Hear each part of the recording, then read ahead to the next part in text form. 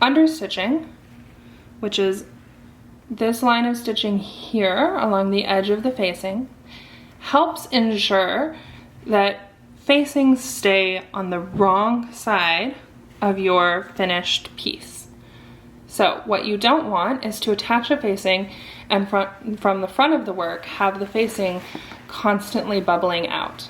See how neat the facing is here?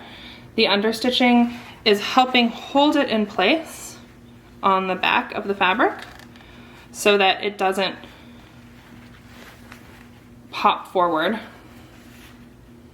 and you get this nice clean finish along the edge of your neckline or armhole, or if you're doing on another pattern like a side seam pocket. It just ensures that the facings or the pieces that need to stay on the wrong side of the fabric stay in place.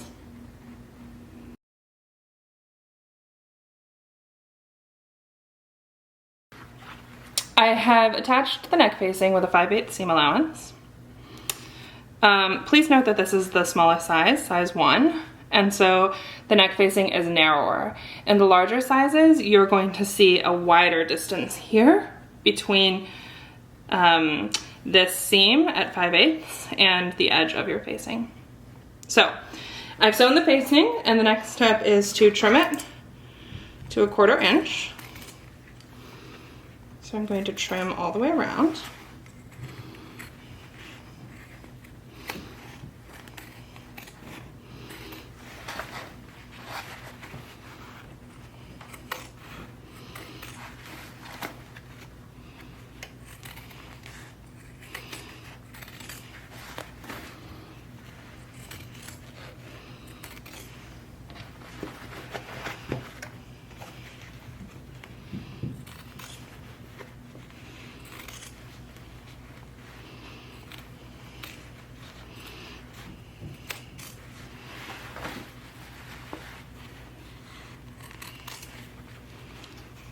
Okay.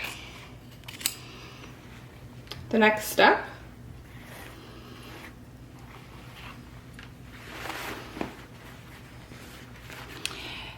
in the pattern is to clip along the curves, which is going to help the facing lie flat when you turn it to the inside of the garment.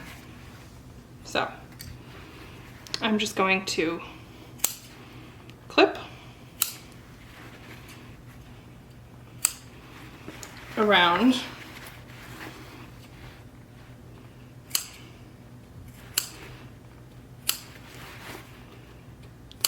all the way around the seam allowance of the neck facing. Be careful as you're doing this. You want to clip right up to that seam, but you do not want to cut that seam.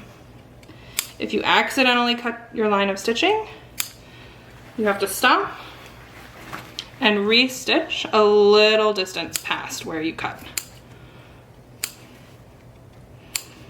So just be careful as you're going to not accidentally do that.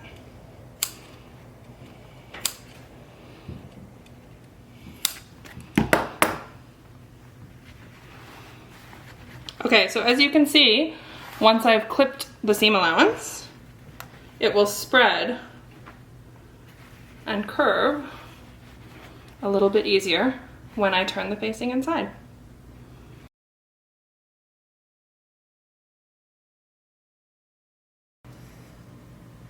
The next step is to press the seam allowances toward the facing.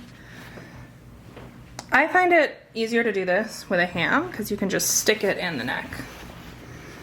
This also allows you to really get those curves. So you want to be careful as you're doing this to not unpress that folded edge that you did before you stitched the facing down. So going to push this here, and feel free to go as slowly as you need to get this pressed into place.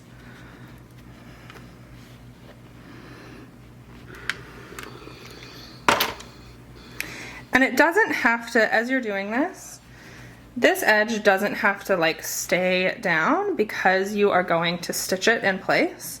The goal is just to really get the fabric pushed at that seam right there, so that when you're stitching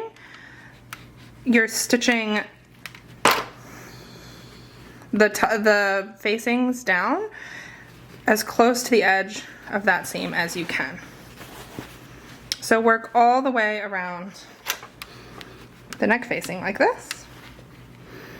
And as long as your iron isn't ironing over that folded edge there, it's okay if it sort of pops up a little bit, right? So you can see the tip of my iron isn't touching that folded edge, so I'm maintaining that fold that I made earlier. I'm gonna go all the way around like this.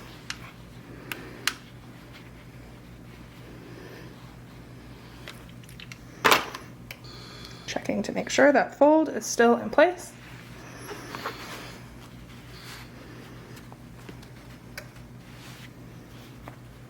And so on all the way around.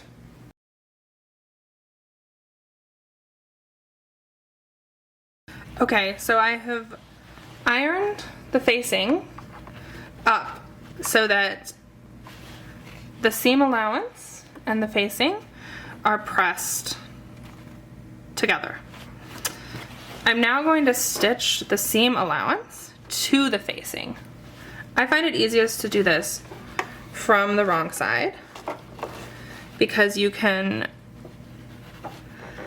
see the seam where you stitched the seam allowance, where you stitched the facing to the piece, and you can also see the places where you clipped the curves, so you can make sure they don't accidentally get folded under the work as you go.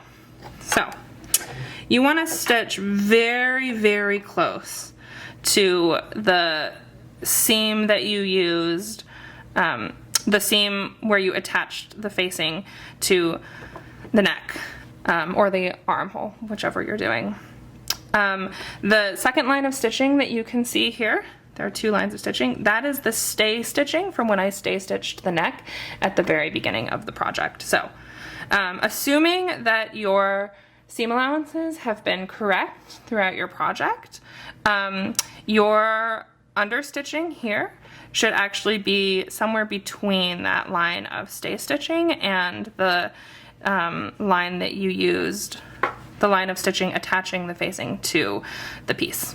So go as slowly as you need here to make sure that you are getting a nice clean line all the way around.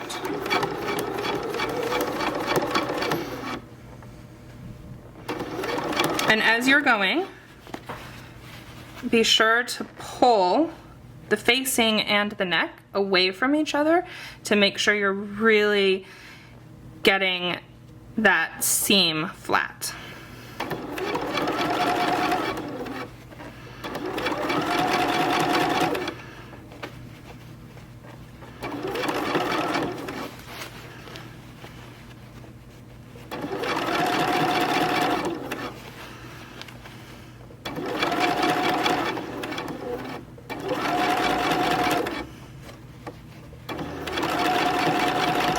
Okay, and you're going to just proceed this way all the way around.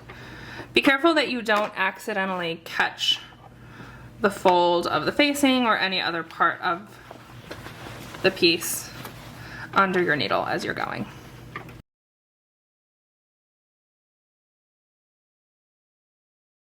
I have finished the understitching. You can see it here along the edge of the facing. The facing seam allowance has been stitched down. The next step is to iron it. I'm going to turn it inside out to do that.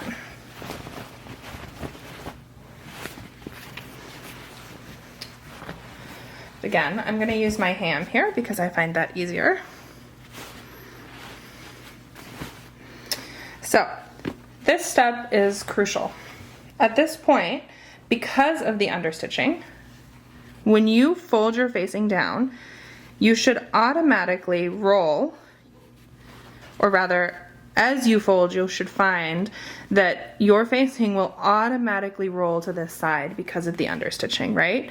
What you don't want to do is stitch it in such a way that that shows, right? So if I were to roll it this way, that seam would show on the front.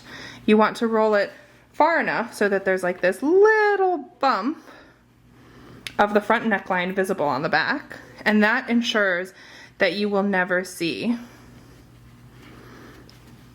the seam of the facing popping out onto the front of the fabric. So with that in place and being careful, this is the point where you really want to make sure you don't accidentally iron out that fold that you created earlier on your facing. Go ahead and iron that in place. And work all the way around the edge of your facing to iron that down. The whole time being sure, the most important part of this, right, is that that seam is on the inside edge.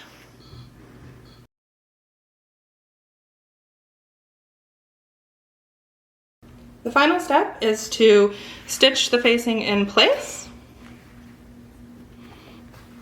And this is what it looks like when it's done. Turn it right side out. That understitching keeps, got some threads to trim, but that understitching keeps everything nice and tidy along the edge of the facings. And that's it.